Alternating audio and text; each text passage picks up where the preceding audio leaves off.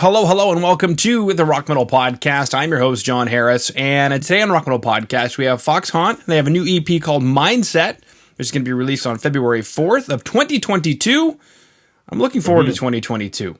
And right now I'm being joined by Ollie and Thom to share some more information about this, what I'm going to call anthemic release. At least from what I've heard, the band is heavy, they're rocking, but they're also anthemic, and I hope they take compliment to that. So boys, welcome to the show.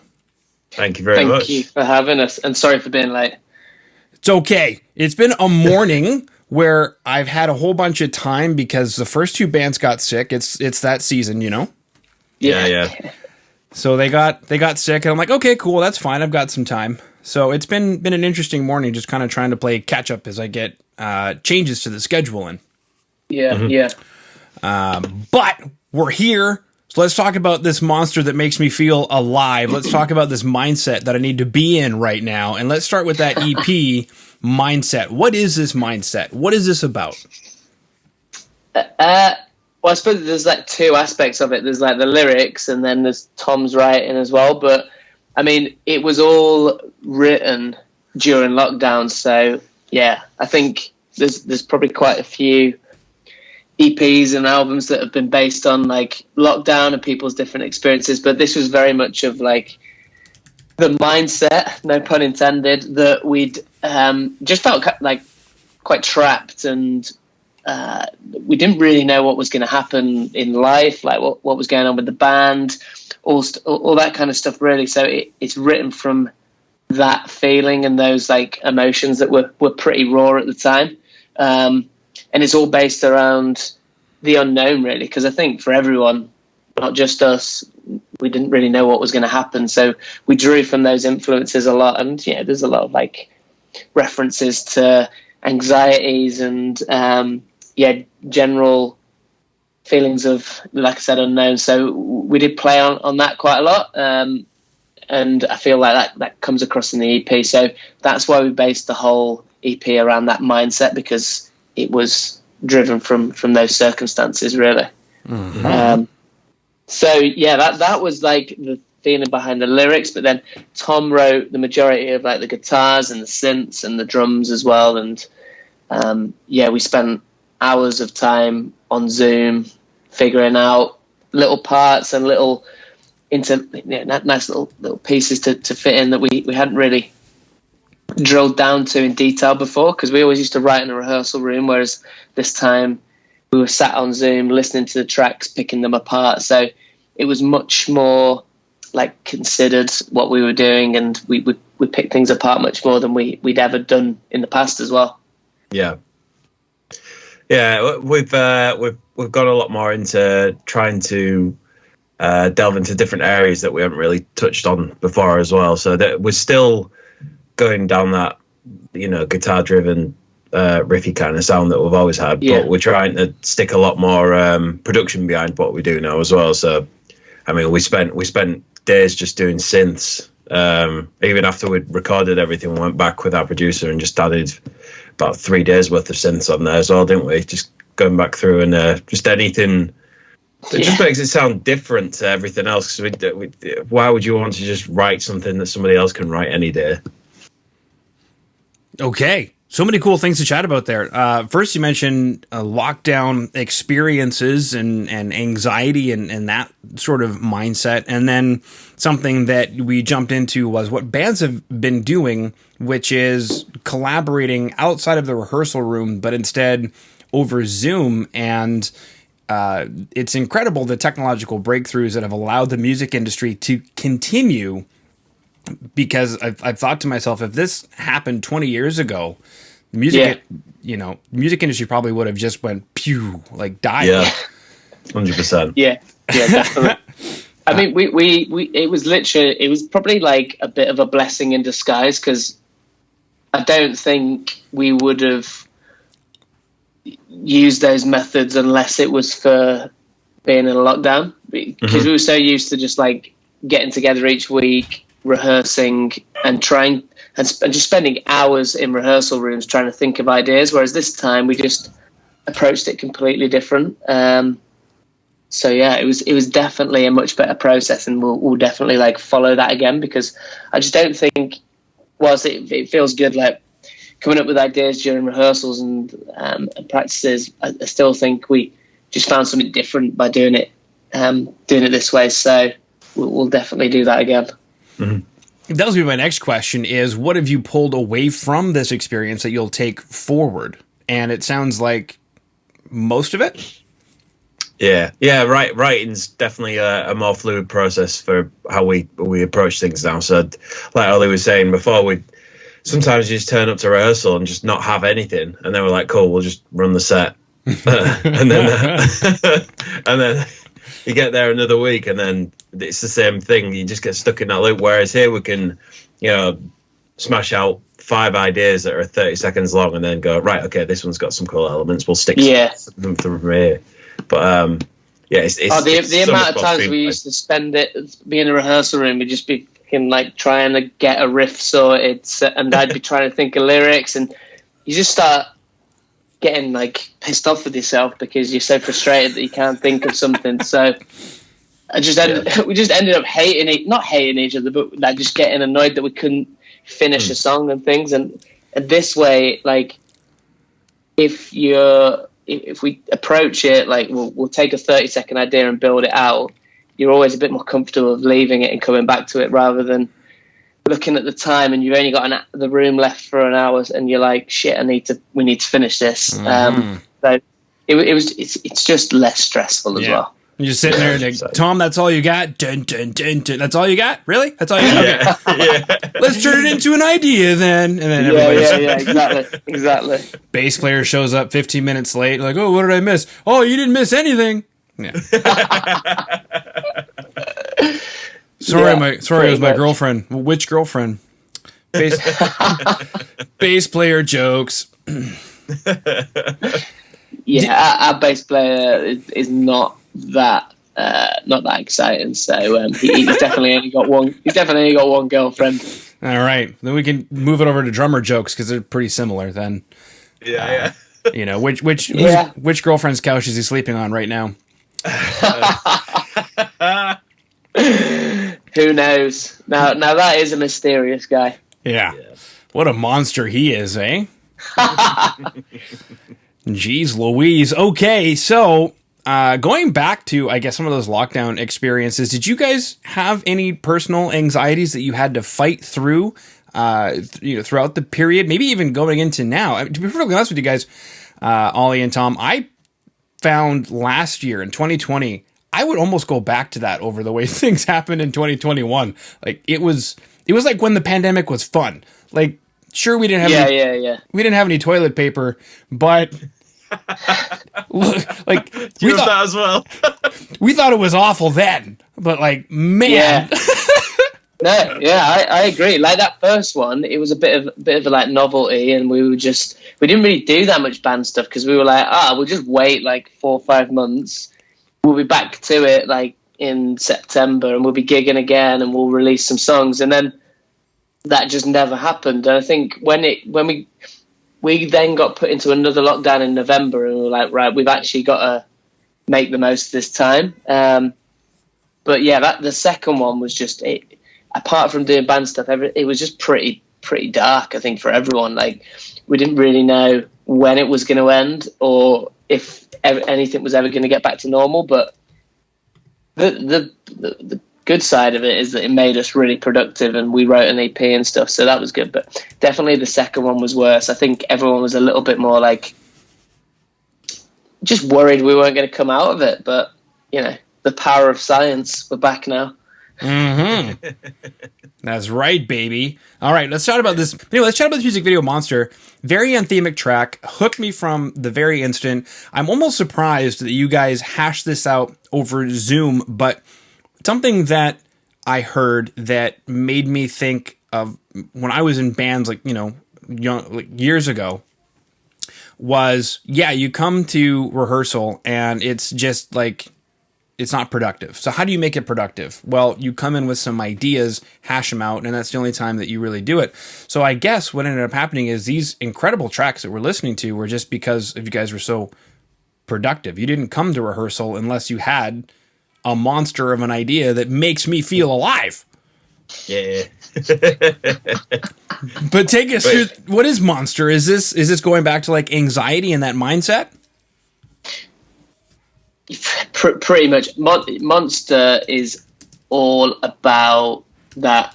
It's basically based around the fear of the unknown. So that monster behind you is like something you know is there, but you don't know what it is. So yeah, it was based around, I suppose, the fear of just not knowing what's going to happen, and that whole anxiety around it. And like, there's just times where I was just sat in my flat thinking, am I ever going to leave this building again and be able to go do all the things I want to do and see the people I want to see? So, Ollie, that's so dark. Yeah, I know. Was it? What is it? It was just pretty weird time, and I don't think we'll ever experience anything like that again. So writing like helped me just have a bit of an outlet. So I thought it was and the riffs as well, and the way that Thom pieced the song together, it just felt like it fit quite nicely, especially in that middle section when it's quite heavy, riffy, and like feels like you can lose your head a bit. That the whole song together just fits really well with the lyrics as well. Cool. I don't know if you what you think as well, Thom. Yeah, Thom, what do you think as well? But I just think this song was quite possibly the easiest one that was written on there. It was one of those that quite a lot of them that took some time. We were going through verses, going through everything in there, going, that doesn't work, pull this out, going there. Whereas Monster was just one of these that I think we got as far as a chorus pretty straight away, wasn't it? And then it just kept coming. It was just it all fell into place with itself. It was just that middle bit that I think we came back to later on, didn't we? But, everything clicked straight away with that with Monster, and I think from the point that it was written and demoed, we knew it was going to be a single because it was just like it just fits and it just works. So we smashed it out. To be fair, it came very natural. This one. Yeah, beautiful. So I've got the music video link for Monster in the chat for today's live stream. For the edited version, anybody's going to be watching, probably on YouTube, it'll be in the show notes down below, as well as the band's website. Is the best place to reach you at facebook.com/FOXHAUNTBand?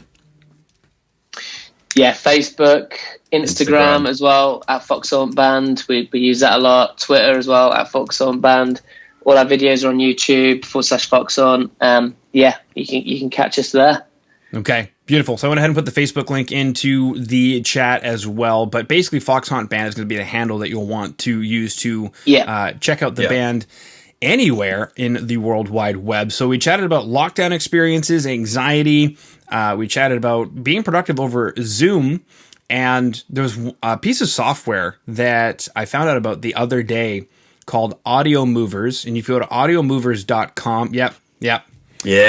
That's how that is the one. That is the one. Did you guys use that to make this EP? Yeah. All the way through. Take us. It was mad. Okay, take us through it. I'm curious to hear more about this because I've only heard about it once. So I'll let you explain.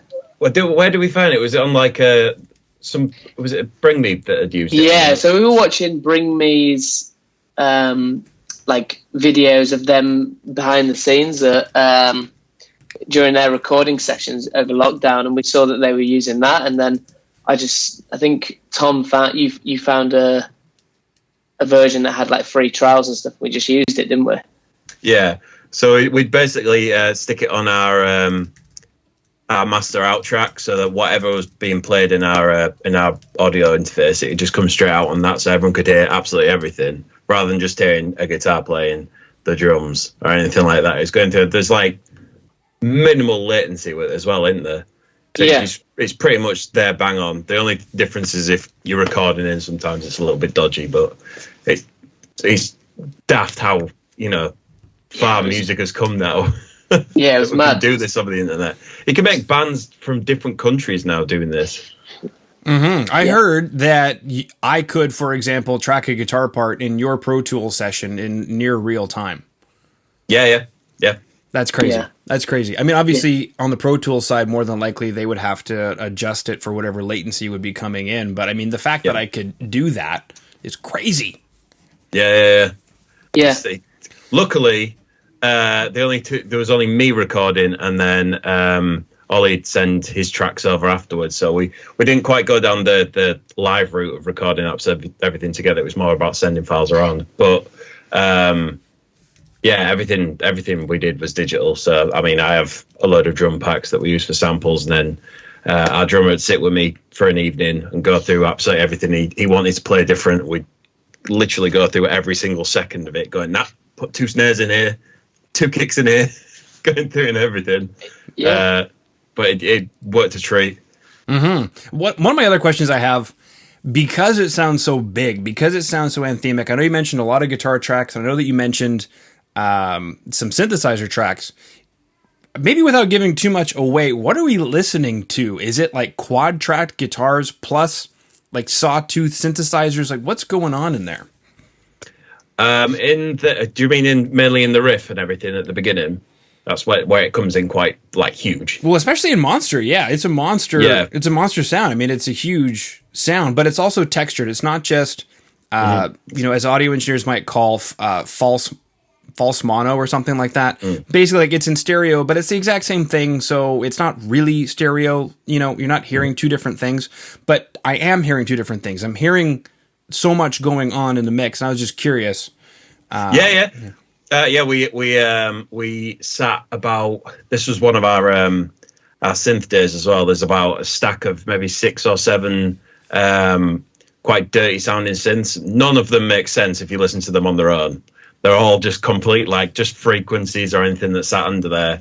And I used my Electro Harmonix Pog pedal quite a lot with some of the sounds I use on there. So we dropped quite a bit on there, and then did a higher track as well. So, and then there's just a regular track underneath as well. But there's a lot of layers in that just there.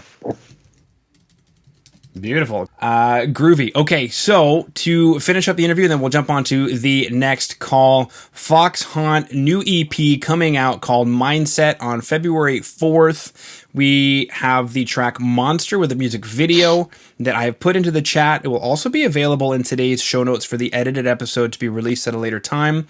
And the band is available all over the web if you look up FOXHAUNT Band, Facebook, Instagram, Twitter. I also posted the Facebook into today's chat. We chatted about lockdown experiences, having that anxiety, also how much we actually kind of secretly maybe miss the 2020 version of the pandemic as opposed to the 2021 version of the pandemic. Yeah. I think what did it for me is just all the anti-vaxxers that came out of the woodwork. Like, in the beginning, we were like, yeah, we'll get a vaccine and it'll be great. And we were like all on board as like humanity, coming together. And then all of a sudden now it's like we've started a war with each other. It's like, crazy. Creating a new enemy. All right. And then we have the EP that's coming out. Is there a record label that's releasing the EP? No, we're completely independent. So, it'll be available digitally everywhere, Spotify, Apple Music, all that jazz. That comes out February 4th. Can't wait to release it. And, it's been like over 18 months of hard work. So we're buzzing to release it. It's our first one as well. So hopefully it'll take us to new and better places. Yeah. Speaking of which, I have my rainbow pad, and in my rainbow pad, I can put down FOXHAUNT, and I can get you in touch with a record label if you guys are interested. Oh, we would love that. Okay. The magic pad. The magic pad. Yeah, that's why it's rainbow colored, because it's the magic pad.